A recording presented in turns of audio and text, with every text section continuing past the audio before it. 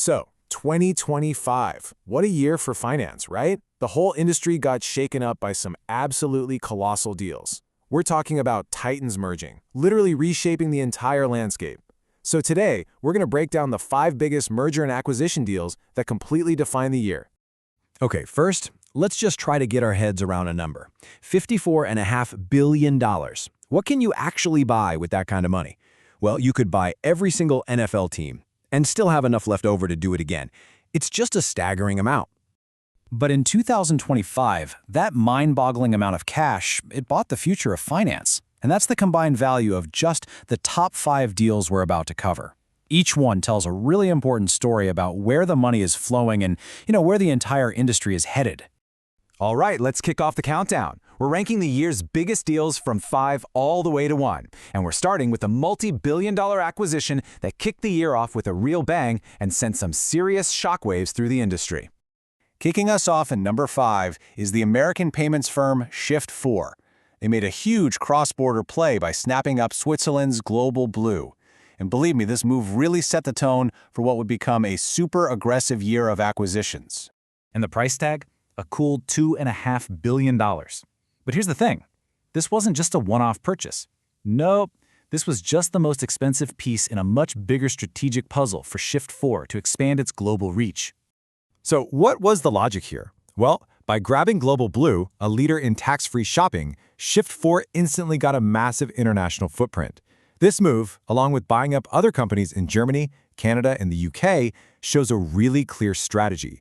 Buy the tech and the market access you need to grow globally, and do it fast. All right, coming in at number 4, we're shifting gears a bit.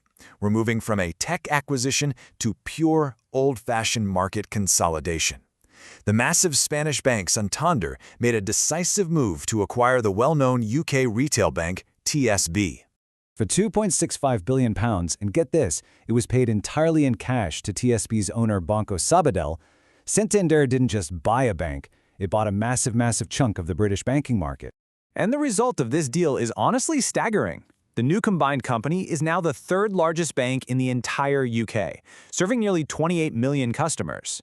Santander's executive chair, Anna Botín, basically said the deal strengthens their position in a key market and really accelerates their path to being more profitable. So, in short, this was a raw power play for scale. Now we're heading back to the US for number 3, and we're seeing that exact same theme of go big or go home play out. This time, it's Fifth Third Bank Corp acquiring Comerica Bank in an all-stock deal that created a brand new American banking powerhouse. And just look at that value, $10.9 billion. We have officially entered the 10-figure club. But this merger wasn't just about getting bigger. It was about getting bigger in all the right places. By combining forces, they became the 9th largest bank in the US. But the real story here, the real strategy, is all about geography. Fifth Third called this deal central to its long-term growth plan, specifically because it massively boosts their presence in high-growth states like Texas, Arizona, and California. Okay, hold on. We've seen some huge deals so far, right? But now we're entering a completely different league. Let's talk about the 2 heavyweight champions of 2025, the deals that made everything else look small. Coming in at number 2 is a really fascinating one. It's less of a straight-up acquisition and more like the final move in a long chess game. We're talking about the global giant HSBC moving to take full and total control of the Hong Kong-based Hang Seng Bank. HSBC already owned about 63% of Hang Seng, a stake they started building way back in 1965. Can you believe that? So this $13.6 billion move was to buy up every single remaining share and take their ownership to a full 100%. So why go to all this trouble? Well, it boils down to 2 things: simplicity and control. By privatizing Hang Seng, making it a wholly owned subsidiary, and taking it off the stock exchange, HSBC just simplifies its entire corporate structure and fully integrates a major asset into its Asia-Pacific operations. This is all about tightening the grip on an empire. And now, the moment we've been waiting for. The #1 Fintech M&A story of 2025. In the crucial, high-stakes world of payment processing, one deal stood head and shoulders above all others. A true blockbuster move that reshaped the entire industry. Just look at that number, a jaw-dropping $24.25 billion. Let that sink in for a second. This single deal is worth nearly as much as the previous three we talked about combined.